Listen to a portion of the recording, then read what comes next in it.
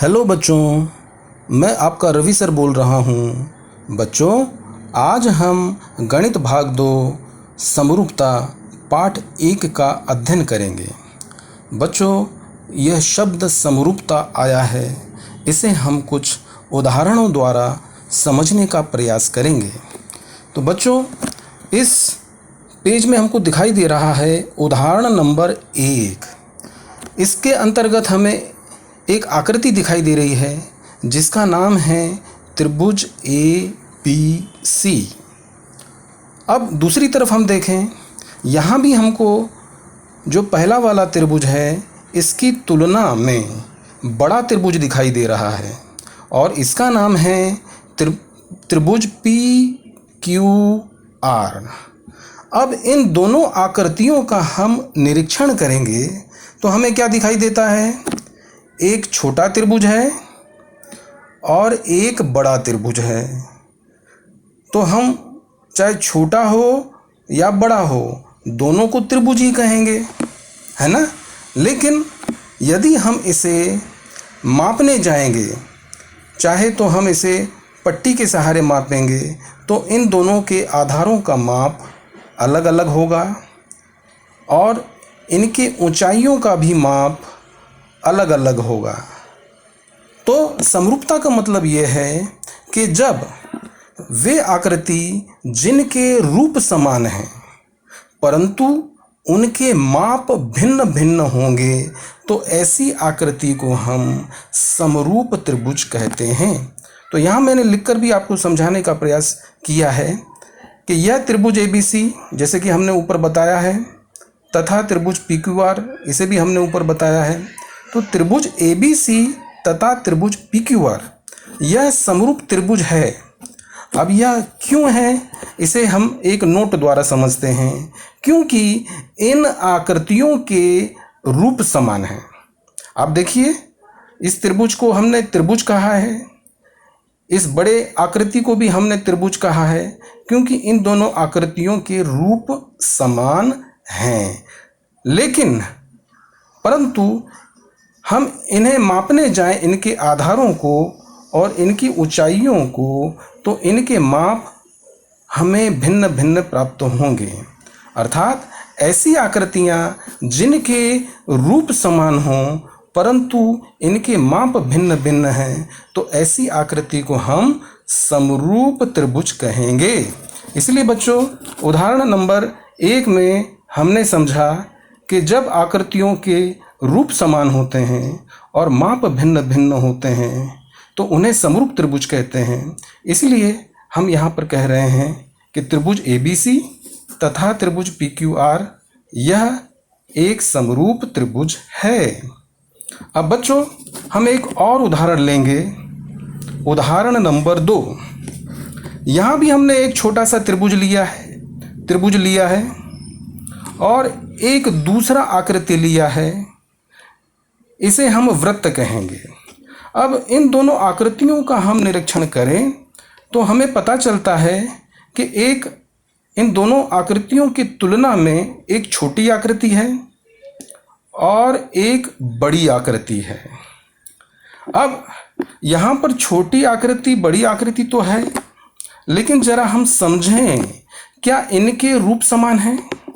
क्योंकि इस प्रकार की आकृति को हम त्रिभुज कहते हैं और इस प्रकार की आकृति को हम वृत्त कहते हैं, जैसा कि हम 8वीं और 9वीं कक्षा में पढ़ चुके हैं।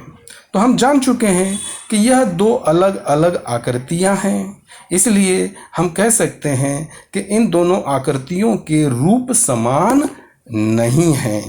और जब जिन आकृतियों के रूप समान नहीं होते हैं, तब इस प्रकार की आकृतियां समरूप आकृति नहीं कहलाती है। तो यहाँ पर हमने लिखा है त्रिभुज ABC अर्थात ये वाली आकृति तथा P केंद्र वाला वृत्त ये है, यह समरूप आकृति नहीं है। अब ये आकृति नहीं है, ये हम समझ चुके हैं, हमने समझाया भी है, लेकिन एक बार नोट में और लिख दिया है, क्योंकि इन आकृतियों के रूप समान नहीं हैं। अब हम पन्ना पलटते हैं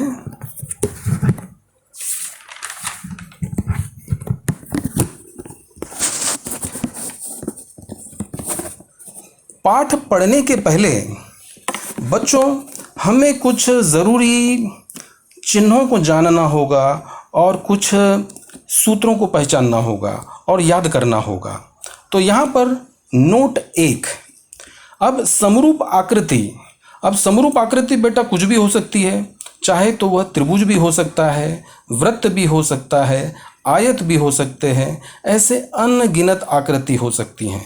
लेकिन हमारी 10वीं कक्षा में हम अधिक से अधिक त्रिभुज पर अध्ययन करने का हमारे पास है, इसलिए हम त्रिभुज के बारे में ही पढ़ाई करेंगे। तो यहाँ पर समरूप आकृति आपको दी गई है, तो हमें उस आकृति में किस प्रकार का चिन्ह लगाना होगा?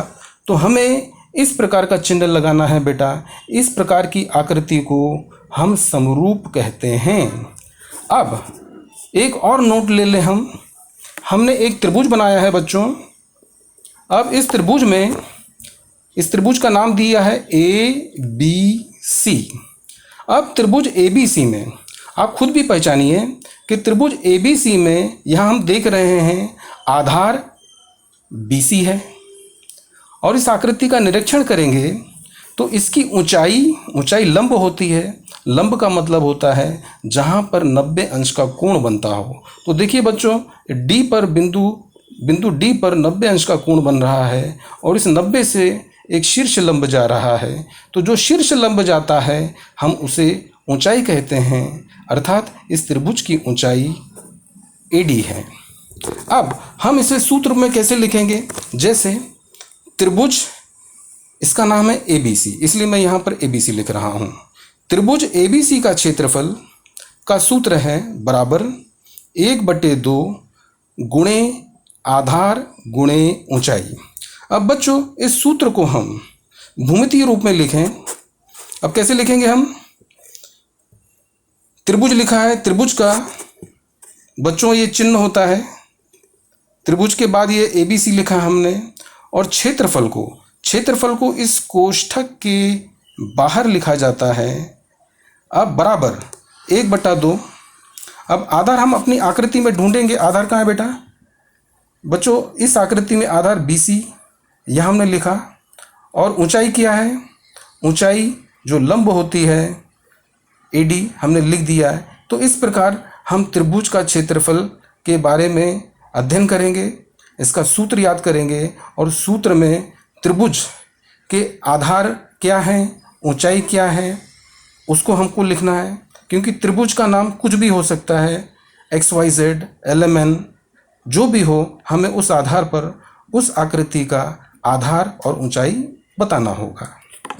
यहाँ पर हमने नोट करके लिखा भी है कि यहाँ जो कैपिटल A है, जो कोष्ठक के बाहर है, यहाँ हम साफ साफ देख रहे हैं कोष्ठक के बाहर A है, उसे हम त्रिभुज का क्षेत्रफल कहते हैं।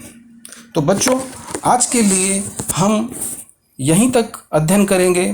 कल हम 1.1 का अध्ययन करेंगे। तब तक आप इसे पढ़िए और इसे याद करिए। ऑल द बेस्ट बच्चों, अपना ख्याल रखिए।